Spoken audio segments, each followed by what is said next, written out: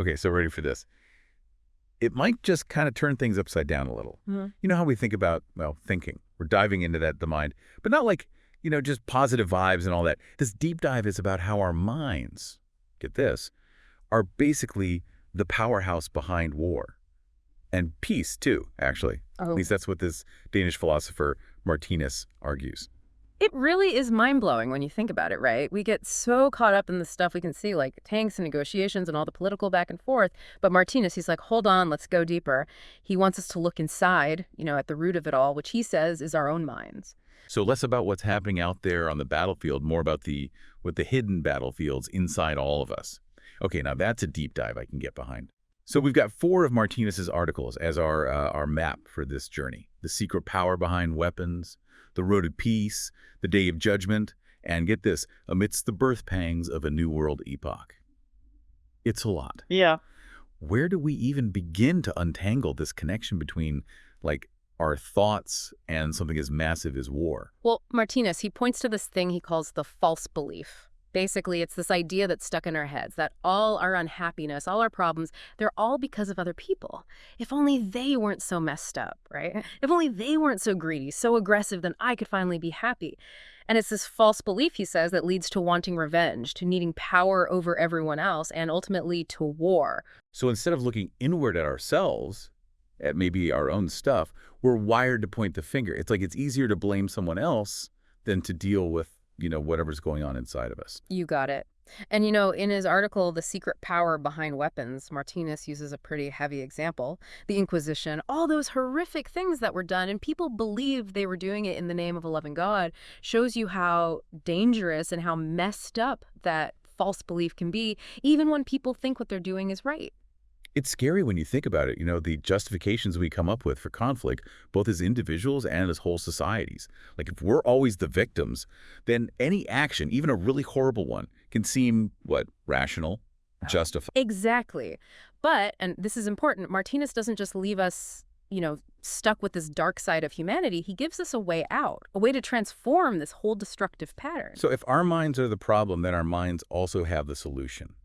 Okay, that's a glimmer of hope. But how do we actually do that? Where do we even begin to, untangle that knot? He says it starts with understanding the difference between what's real love and what he calls selfish sympathy. It's in his article, The Road to Peace, that he really gets into this.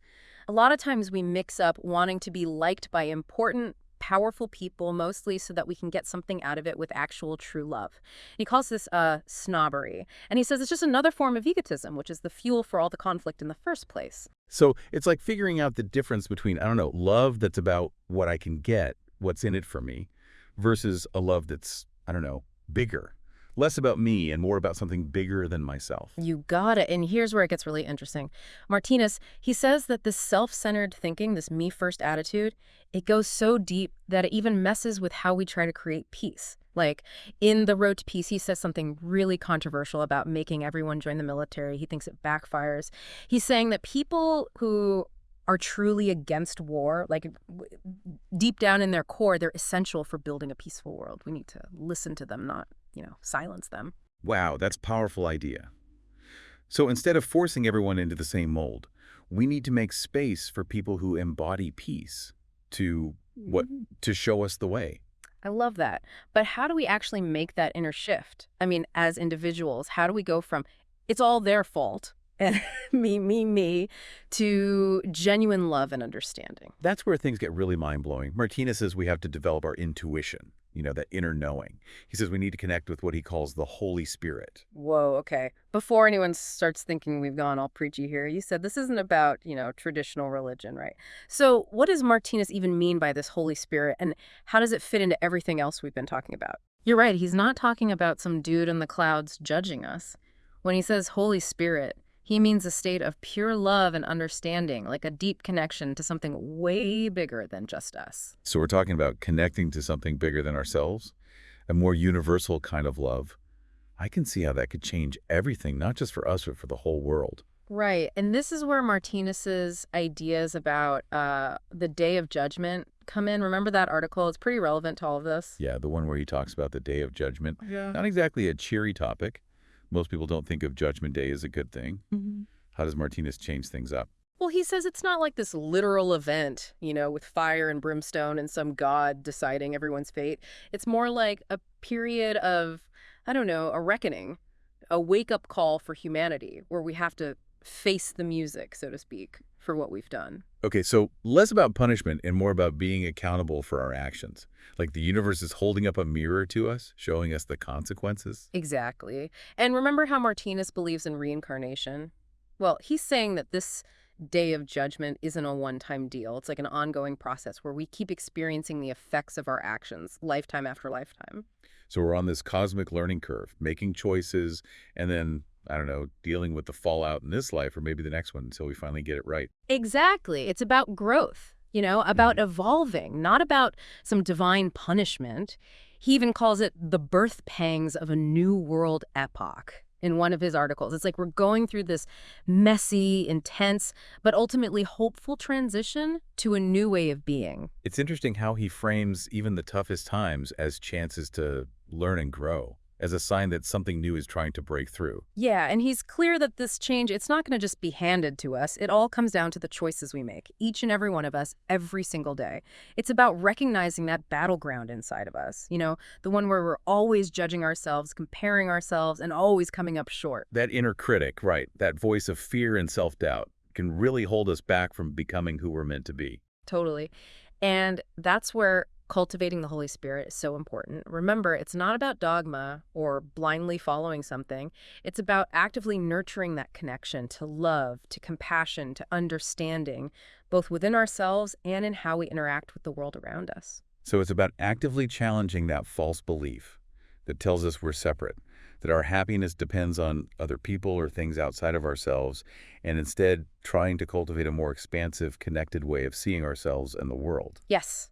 Exactly. It's about becoming conscious creators, realizing that everything we think, say, and do has an impact, Yeah. It shapes our reality and the reality we all share. Wow, it's a lot of responsibility, but also empowering in a way. It's about realizing we have power, not over other people, but over our own minds. That inner transformation is what will ultimately lead to a more peaceful and just world. 100%. And Martinus doesn't just talk about these big abstract ideas. He applies his perspective to something that affects all of us, love and relationships. Amidst the birth pangs of a new world epoch, he talks about how the increase in divorce is actually a sign of evolution. Oh yeah, that's right. He sees it as a good thing, in a way. I'm curious how that fits into everything else we've been talking about. Well, Martinez, he saw this trend, which was pretty radical back then, as proof that humanity was outgrowing those old, limited ways of doing relationships. He called it the polar transformation. The polar transformation. Okay, I'm hooked. What is that? Basically, he's talking about this gradual but inevitable process of men and women becoming more alike, intellectually and emotionally. So not erasing differences, but finding a new balance. Exactly. And he said this would definitely shake things up when it comes to traditional views on love, marriage, family, all of it. He saw it as leading us towards a future where love isn't just about romantic relationships. So more expansive kind of love. Yeah. One that includes all the ways humans connect with each other. Exactly. He believed that as we evolve, our capacity for love and compassion evolves too, going beyond those old limitations and expectations. So we're talking about a future where love wins, basically, where we don't need weapons anymore. And that's a beautiful thought, but kind of hard to imagine, given where we are now. It's easy to feel overwhelmed, like our own actions don't really matter that much in the grand scheme of things. That's exactly where that false belief trips us up, Martinus would say. We start thinking it's someone else's problem to fix, that we're just along for the ride. But he's like, nope, you have power. He's all about personal responsibility. So no more waiting for someone to swoop in and save the day. We each have a part to play, right, in creating this better future. Exactly. It starts with each of us, he says. Lasting change, it starts within. We have to realize that our minds, they can create peace or conflict. And it all goes back to what we were talking about before. We have to dismantle that false belief that says other people are the reason we're unhappy. So it's about taking responsibility for our own lives, our own thoughts, feelings, actions, not blaming others for how we feel. Right. He talks about replacing that blame game, that false belief, with something he calls true knowledge. Basically, it means understanding that we are each responsible for our own experience, Even when things are tough, we have a choice in how we respond. So not pretending everything's perfect, but like changing how we look at things, Mm-hmm. changing how we react. Exactly. And that's where our intuition comes in. Remember, Martinus is big on developing that inner wisdom. Like, don't just look at the surface, look deeper. See the bigger picture in your own life and in the world.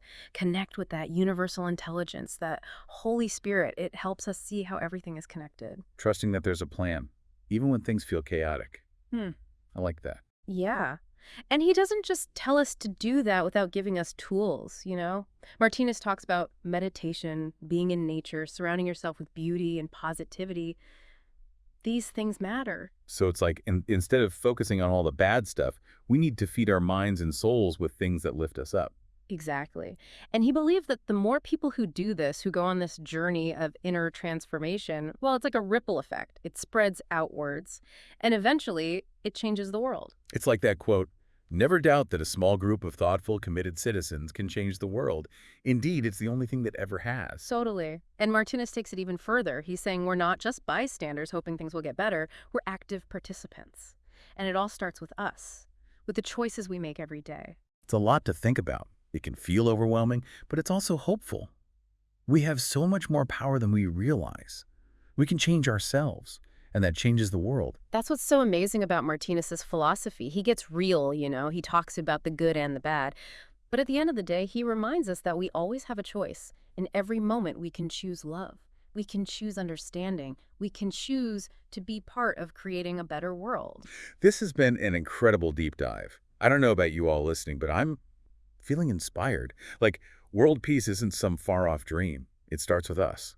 It starts with challenging our own false beliefs, tapping into our compassion, and realizing we're all connected. We're all part of something so much bigger than ourselves, and that's a powerful place to start. Couldn't have said it better myself.